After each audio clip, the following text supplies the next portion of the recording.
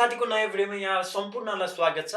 आजको यस भिडियोमा म तपाईलाई 5 वटा त्यस्तो मेथडहरु भन्छु जहाँदेखि तपाईले राम्रो अर्निङ गर्न सक्नुहुन्छ। अहिलेको यो अवस्थामा भने यो नेपालमा एकदमै बुमिङ छ। यदि तपाईहरुले अहिले मैले भनेको प्लेटफर्ममा काम गर्नुहुन्छ, जुन कुरालाई ध्यान दिनुहुन्छ भने आई एम स्योर अबको केही महिनापछि चाहिँ तपाईले अनलाइन अर्निङ गर्न स्टार्ट गर्नुहुन्छ। भिडियो सुरु गर्नुभन्दा अगाडि यदि तपाईहरु हाम्रो च्यानलमा नयाँ हुनुहुन्छ भने च्यानललाई सब्स्क्राइब गर्नु होला। हामीसँग नम्बर 1 मा छ युट्युब। युट्युब यस्तो एउटा प्लेटफर्म हो जहाँदेखि चाहिँ तपाईले राम्रो अर्निङ गर्न सक्नुहुन्छ। यदि तपाईलाई विश्वास छैन भने जो युट्युबरहरु छ 10k सब्स्क्राइबर भन्दा माथि छ तिनीहरुलाई सोध्न सक्नुहुन्छ तपाईले।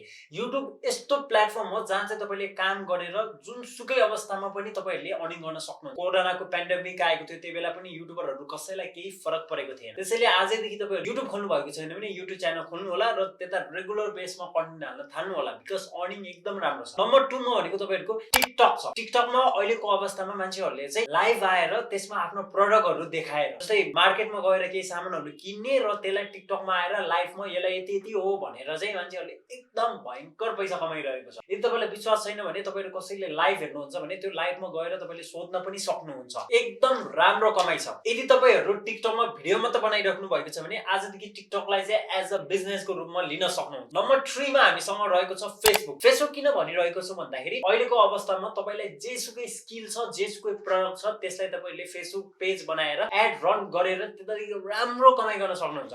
तपाईले यतादेखि 1000 मा एउटा सामान किन्ने र त्यसलाई आफ्नो पेजमा अपलोड गरिदिने, त्यसपछि त्यसलाई 1000 को 1200 1300 भन्यो भने राम्रो भयंकर व्यापार भइरहेको छ। तपाईले आफैले एकचोटी हेर्न सक्नुहुन्छ। मैले यदि झुट बोलेको छु भने मेरो च्यानललाई अनसब्स्क्राइब गर्न सक्नुहुन्छ। नम्बर 4 मा हामीसँग छ पोडकास्ट। अहिलेको यो जमानामा पोडकास्ट रहेको छ। तपाईलाई पनि फुर्सद छैन भिडियो हेर्नलाई, मलाई पनि फुर्सद छैन। हामी के गर्छौं केवल सुन्न चाहन्छौं। त्यसैले यदि तपाईहरु अलिकति बोल्न सक्नुहुन्छ भने तपाईले आजै एउटा पोडकास्ट सुरु गर्न सक्नुहुन्छ। पोडकास्ट यदि तपाईलाई क्यामेरा छैन भने तपाईले क्यामेरामा मुख देखाउनु पर्दैन। तपाईले केवल एउटा फोन लिनु होला, दुई जना सँगै बस्नु होला, फोनमै रेकर्ड गर्नु होला, त्यसलाई युट्युबमा अपलोड गरिदिनु होला।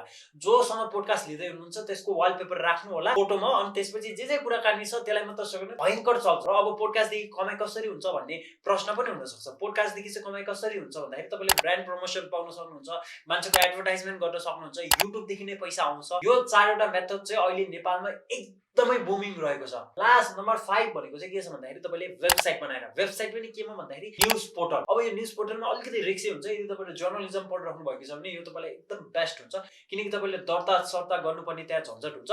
त्यो गर्नुभयो भने चाहिँ तपाईले राम्रो कमाइ गर्न सक्नुहुन्छ। वेबसाइट देखि अलरेडी गुगल एडसेन्स देखि कमाउन सक्नुहुन्छ। त्यसपछि तपाईले न्यूजहरुको बापत चाहिँ त्यो जहाँ कार्यक्रममा एटेन्ड गर्नु भएको छ त्यहाँदेखि अर्गनाइजरले तपाईलाई पैसा दिन्छ। जस्तो कुनै कम्पनीले चाहिँ हाम्रो एड चाहिँ तपाईको यो न्यूज पोर्टलमा हाल्दिनुस् भनेर राम्रो पैसा पे गर्छ। यदि तपाईहरु यो 5 वटा मैले भनेको कुराहरु आजै इम्प्लिमेन्ट गर्नुहुन्छ भने अबको 4 देखि 5 महिनामा तपाईले अर्निङ नगर्नु भयो भने मेरो यो च्यानलमा आएर यही भिडियो मुनि तपाईले कमेन्ट गर्न सक्नुहुन्छ। यो आजको भिडियो केवल सर्ट एन्ड स्वीट थियो। अब मैले यो च्यानलमा एकदमै राम्रो कन्टेन्ट ल्याउने कोसिस गरिरहेको छु हैन। त्यसको लागि चाहिँ तपाईले यो च्यानललाई प्लिज सब्स्क्राइब गर्नु होला। फेरि पनि नयाँ भिडियोमा भेट्छु। Till then take care, bye by.